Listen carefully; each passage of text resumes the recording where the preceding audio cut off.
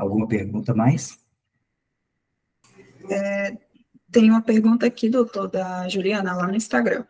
Ela perguntou, como posso prever as arras no contrato? Arras, nossa, excelente essa pergunta, porque arras, todo contrato que chega aqui para eu revisar, eu tenho que, já é checklist meu, revisar a cláusula de arras, porque ela nunca chega como deve estar realmente. Como é que é o comum da cláusula de arras? É dizer lá, olha, se houver desistência, ou se uma das partes não cumpriu o contrato, então vai estar inserido em arras de acordo com o 417 e seguintes do Código Civil. Alguns ainda colocam assim, que vai ter que pagar em dobro, ou vai receber em dobro, que traz uma confusão maior ainda, porque não necessariamente é pagar em dobro ou receber em dobro, viu? Depende da situação das arras. Então, como isso deve estar no contrato, né, de uma forma, de uma cláusula especial? Bom, primeiro a gente tem que, antes de pensar nas arras, ou para pensar nas arras, a gente tem que entender se esse contrato vai ser em caráter irrevogável e retratável ou não. E por que isso? Porque quando ele é irrevogável e retratável, ele não traz a hipótese de desistência. Ok? E a gente tem dois tipos de arras, a gente já falou isso aqui numa live anterior, né? São dois tipos de arras. Eu tenho arras compensatórias e eu tenho arras penal. A compensatória é para uma situação e a penal é para outra. Ou seja, tem uma arras específica para o caso de desistência e tem uma arras específica para o caso de impossibilidade de cumprimento por uma das partes, por culpa de uma das partes. Ok? Então, quando o contrato é em caráter irrevogável e retratável, significa, juridicamente, que ninguém pode desistir desse contrato, que ele vai ter que ser cumprido. Ou ele é impossível de se cumprir, e aí vai ter uma rescisão com arras, porque alguém deu causa, né? Alguém tem culpa nessa impossibilidade de cumprimento, ou ele vai ter que ser cumprido. Ser cumprido significa levado até o fim, o imóvel vai ser vendido para aquela pessoa, quem tem que pagar vai ter que pagar, senão vai ser executado, quem tem que entregar o imóvel vai entregar o imóvel, senão vai haver uma determinação judicial para emissão na posse naquele imóvel que não foi entregue. Então, o caráter revogável e irretratável significa isso. Não abre espaço para desistência. Se a desistência acontecer, vai ter que ser por comum acordo entre as partes, né? Então, quando o contrato é em caráter irrevogável e retratável, então eu não preciso me preocupar com as arras para a situação de desistência. Eu vou pensar apenas nas arras para a situação de impossibilidade de cumprimento do contrato. E aí eu vou estabelecer lá, olha, o presente contrato é celebrado em caráter irrevogável e retratável, ok? E em caso de, só podendo ser rescindido unilateralmente, que é por uma das partes, em caso de inadimplemento ou de impossibilidade de cumprimento do contrato. Situação em que se aplicará as arras penais, nos termos do 417 ao 419, porque a desistência estaria no 420, ok? E as arras correspondente a, aqui no exemplo do meu texto, 5%, mas pode ser qualquer valor ou qualquer percentual que vocês queiram, que as partes admitam como razoável, ok? E pode ser igual ao sinal. Quando você não estabelecer qual vai ser o valor ou percentual das arras, então as arras serão o valor do sinal de negócio. É importante se atentar a isso, e eu gosto sempre de distinguir as arras do sinal de negócio. Porque, às vezes, por exemplo, no imóvel de R$ 1.000.000, a pessoa dá 500 mil de sinal. E 500 mil de arras pode parecer demais. É uma penalidade muito excessiva. E dependendo do problema que vai levar à rescisão, não é um problema grave, ok? E aí não implicaria numa penalidade tão alta. Então, é preciso dosar, assim como tem que dosar a multa de acordo com a base de cálculo, é preciso dosar também o que ou quanto vão ser as arras, com base na base de cálculo, né, em relação à base de cálculo. Então, se vai ser o sinal e o sinal é muito alto, então destaca do sinal, coloca, ó, as arras serão de 5% do valor do negócio, 10% do valor do negócio, independentemente do que vai ser o sinal. O sinal pode ser pequeno e as arras maior do que o sinal, e o sinal pode ser grande e as arras em valor menor do que o sinal. Ok? Elas não precisam estar vinculadas. As arras só serão o sinal de negócio quando não for estabelecido o valor para as arras. Aí, automaticamente, vai ser o sinal de negócio. Então, pode ser definido dessa forma quando é revogável e retratável, porque afasta a possibilidade de desistência, ou dessa outra forma, ó, se o contrato for celebrado sem caráter irrevogável e retratável, né, então, uma vez que o presente contrato é celebrado sem o caráter irrevogável e retratável, a hipótese de podendo ser rescindido unilateralmente em caso de inadimplemento, impossibilidade de cumprimento ou desistência, né? E aí aplicar-se às arras penais, que vai estar aqui está errado, aqui eu tenho que corrigir. Aqui, ó. No 417 ao 420, ok? Aplicar-se às arras penais. Ah, não, tá certo. As arras penais, nos termos dos artigos 417 ao 419 do Código Civil, sem prejuízo de indenização suplementar, valendo as arras como mínimo de indenização. E aí, aqui, então, vai se aplicar as arras confirmatórias, né? Essa cláusula, então, ela permite as duas arras. A anterior permitia só as penais, porque no contrato irrevogável e retratável não cabe a desistência. Então, não cabe a hipótese de arras pela desistência, ok? No contrato sem o caráter irrevogável e retratável, cabe as duas situações. Ou pode haver a rescisão por inadimplemento ou impossibilidade de cumprimento, ou pode haver a rescisão por desistência. Aí, do 417 ao 419, prevê a hipótese de inadimplemento ou impossibilidade de cumprimento. E no 420, prevê a hipótese de arrependimento e desistência. Qual a diferença, gente? Por que essas duas arras e qual a diferença além do objeto? Né? A motivação para rescisão, a gente já viu a diferença. Mas qual a diferença na aplicação das duas? É que nas arras confirmatórias, as arras pela desistência, então, a indenização pode não se limitar ao que foi estabelecido para as arras. No caso de desistência, o arrependimento, aquela parte que foi prejudicada, se ela teve um prejuízo maior do que o que foi estabelecido com as arras, ela pode requerer o pagamento das arras e ainda o complemento, né, a indenização suplementar para alcançar o prejuízo que ela teve. Ok? Então, nas arras penais, que é por inadimplemento e impossibilidade de cumprimento, a penalidade pela rescisão vai se dar pelas arras, vai pagar as arras, é aquilo que foi estabelecido como arras.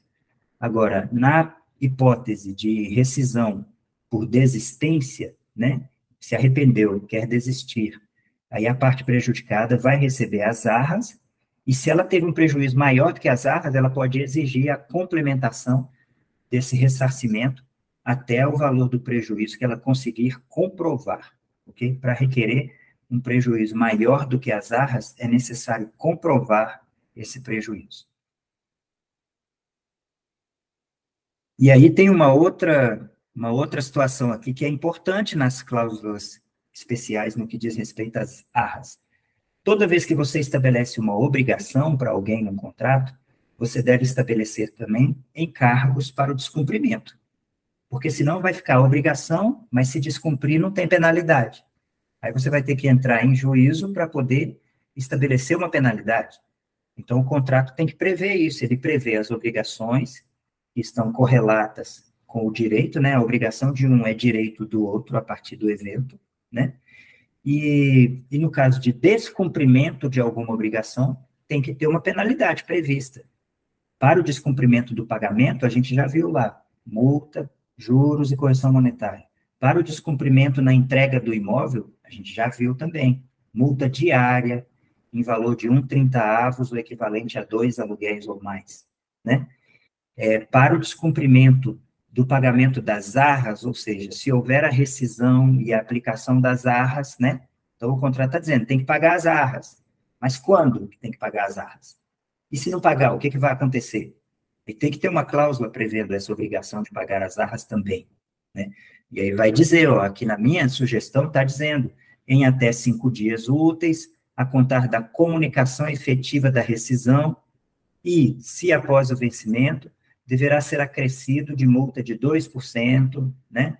Juros simples mensais de 1% desde o vencimento, e ainda, havendo necessidade de envolver advogados, 10% a título de honorários advocatícios. Se a pessoa resistir a pagar a ponto de ter que acionar um advogado, então, ainda tem também 10%. Né?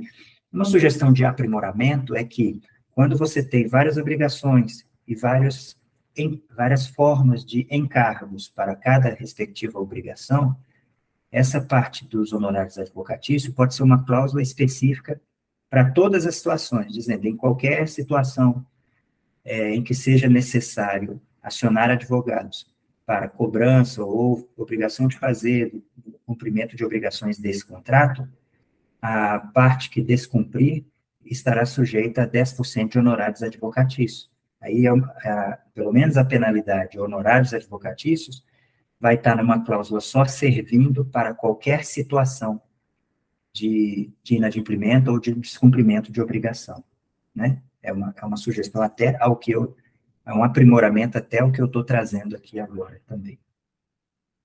Então, a cláusula de arras, ela tem que prever a situação de arrependimento no caso em que for possível o arrependimento, onde não for possível, é melhor nem prever, porque olha a contradição. Numa cláusula você diz que o contrato é irrevogável e retratável, ou seja, não prevê o arrependimento.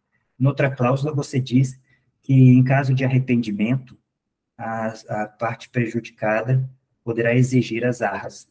Quer dizer, pode ou não pode arrepender? Né? Uma cláusula aí vai anular a outra. Porque se tem uma penalidade para o arrependimento, então é porque pode arrepender. Eu não posso exigir o cumprimento do contrato se ele pode arrepender. Então você vai ter uma situação conflituosa aí para administrar por erro no contrato, porque você não está entendendo o que é um contrato irrevogável e retratável, né, com efeito nas arras. E agora, então, fica claro aí como deve ser colocada. Depois, para quem se manifestar, gente, eu quero dizer aqui as nossas redes, aqui é Delamora Advocacia. Então, tem um canal no YouTube, tem um podcast no Spotify, tem o Instagram, né, e tem o nosso site também, delamora.com.br. Nosso WhatsApp, em qualquer desses canais, você pode mandar sua dúvida ou pode solicitar a instrução, e se for o caso, eu te envio a cláusula específica ou a minuta específica para você que assistiu aqui a live, ok? Para quem não assistiu, não, porque é um serviço, eu não posso entregar isso gratuitamente, mas para quem assistiu, é um complemento desse evento aqui, ok? Alguma outra... tem gente aqui que levantou a mão. Alguém levantou a mão aí, Alice, meu suporte? Ou tem alguma pergunta para eu responder? Não, ninguém levantou a mão, não. Mas tem mais uma pergunta aqui. Como não imputar o vendedor em arras por problemas no financiamento do comprador? Gente, essa é a última pergunta que eu vou responder, porque eu gosto de cumprir o prazo de início e de fim, né? Se for o caso, a gente faz uma outra, traz um complemento desse tema na outra. Mas é de suma importância, então eu não vou deixar de responder isso aqui. Para isso, eu tenho essa cláusula aqui que eu sugiro que esteja no contrato de vocês. O que está em pauta nessa pergunta? Como não inserir o vendedor em arras quando o financiamento, que é uma opção do comprador, dá errado. Porque, veja, se você não ficar atento a isso, se você não tiver uma cláusula especial para colocar no seu contrato que previna isso, você vai vender o imóvel com a condição de financiamento imobiliário, e se o banco recusar o financiamento por qualquer questão relacionada ao imóvel ou ao vendedor, então essa rescisão, essa impossibilidade de cumprimento do contrato, que poderá gerar uma rescisão do contrato vai se dar por culpa do vendedor, porque a causa da negativa do financiamento estava atrelada a ele, né? Ao imóvel, a ele, né? E aí ele vai estar inserido em arras. Você já imaginou você fazer a venda de um imóvel e o vendedor se submete a aceitar um financiamento do comprador? Ele não é obrigado a aceitar, ele pode vender só à vista, ele pode vender sem financiamento, ele tem essa opção. Aí ele aceita vender com financiamento, se submete a esperar o prazo, apresentar documentação, esperar a escritura, essa confusão toda. E no final ele ainda vai ter que pagar arras. E porque o intermediador, que é quem trabalha em prol dele, não cuidou disso. Então, sempre que você estabelecer arras num contrato que vai envolver uma condição, no caso aqui, um financiamento, né, que pode não se cumprir, essa condição de financiamento pode não se cumprir por culpa do vendedor, que é quando o banco recusa por uma condição do vendedor ou do imóvel, que ele pelo menos não tenha que pagar para o comprador arras, né? Que o negócio se desfaça, sem ônus para as partes, todo mundo aprendeu, todo mundo tentou fazer o financiamento ali, foi bom, foi ótimo, devolve o dinheiro e cada um segue seu caminho. Todos dois tiveram prejuízo. Todos dois tiveram a frustração da ideia de comprar e vender o imóvel. Todos dois tiveram gastos, o vendedor perdeu outros compradores, o comprador perdeu outras oportunidades. Todo mundo perdeu numa rescisão. Mas que ninguém tenha perdido o dinheiro que foi empenhado para comprar o imóvel. Que o vendedor não tenha que tirar do bolso um dinheiro porque ele submeteu o imóvel dele à venda. Então, como é que se faz isso? Como é que previne que o vendedor não vá pagar arras caso o financiamento não dê certo por questões relacionadas a ele ou ao imóvel, né?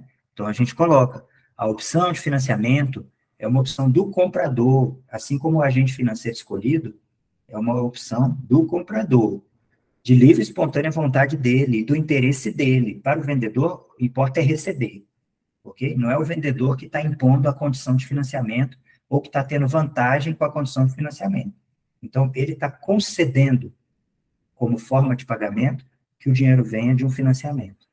E aí é importante colocar, não podendo ser imputada culpa e ônus, né, ao vendedor, caso o agente financeiro escolhido ou pelo promissário comprador não aprove o financiamento de forma motivada, justificada ou não, no valor do imóvel, que pode estar diferente do valor de mercado, ou do valor de avaliação, ou em documentos e cadastro do prometente vendedor e do imóvel. Então, se tiver algum documento do vendedor ou do imóvel, ou se o valor do imóvel não for compatível com o valor que é lá para o financiamento, então o agente financeiro recusaria aquele financiamento. E aí, nessa situação, o vendedor que não tem culpa, ele não teria que pagar arras ao comprador. Se você não coloca isso no contrato, o financiamento recusa por causa de uma certidão do vendedor, ou recusa por causa de uma condição do imóvel. E aí, como foi culpa do vendedor, ele estaria inserido na obrigação de arcar com as arras, porque a impossibilidade de cumprimento do contrato se deu por uma culpa dele. É comum, por exemplo, para trazer a prática para vocês, é comum aqui no Guará, por exemplo, a invasão de área pública, né? Expande a grade para calçada, ou então para a área verde, faz um telhado na garagem ou na lateral, e aí quando o avaliador do banco chega lá, diz, olha, não aprova o imóvel para financiamento porque invadiu a área pública. Simples assim. É comum no Guará o imóvel invadir a área pública, é comum comprar e vender o imóvel com invasão de área pública. Mas o agente financeiro de determinados bancos, mas o avaliador de determinados bancos é instruído a informar sobre a invasão de área pública, e isso já é, por si só, o bastante para recusar o financiamento. E aí pronto. É culpa do vendedor isso? Não. Ele mostrou o imóvel naquela condição, né? Ali é notório, dá para ver que a área foi invadida. Ele não poderia, nessa situação, por exemplo, estar inserido em arras. Mas é o intermediador que tem que ter esse cuidado e colocar no contrato essa exceção para aplicação das arras em desfavor do vendedor. ok? Então, gente, por hoje chega já alcançou aí o meio-dia, né? Curtam os nossos canais, inscrevam-se para que vocês tenham acesso a essas informações constantemente. A gente publica quase que todos os dias. Participem dessas lives, a gente promove uma espontaneamente aqui, mensal, é próximo do dia 20, e outras a convite de instituições e de imobiliárias, ok? Então, nos sigam nos canais, é Del Amor à Advocacia, e deixe suas perguntas, suas dúvidas, para que a gente possa responder depois também, em outro momento. Eu sigo aqui à disposição de vocês, contem conosco, nós atuamos no mercado imobiliário, a nossa especialidade é o direito imobiliário, nós somos parceiros dos corretores e das imobiliárias, e o propósito desse evento é difundir técnicas, práticas, que são inerentes à atividade imobiliária, para o aprimoramento, para o aperfeiçoamento da atuação do corretor de imóveis autônomo ou através de uma imobiliária, para que a gente promova, para que a gente participe, para que a gente traga para o profissional, para o mercado imobiliário, o respeito ao profissional, o respeito ao corretor de imóveis. E a gente acredita que vai se alcançar isso com a qualidade no atendimento, com um contrato de qualidade, sabendo explicar sobre os efeitos da venda, da locação, e é por isso que a gente traz esses conteúdos aqui, ok? Até mais, gente. Fiquem bem.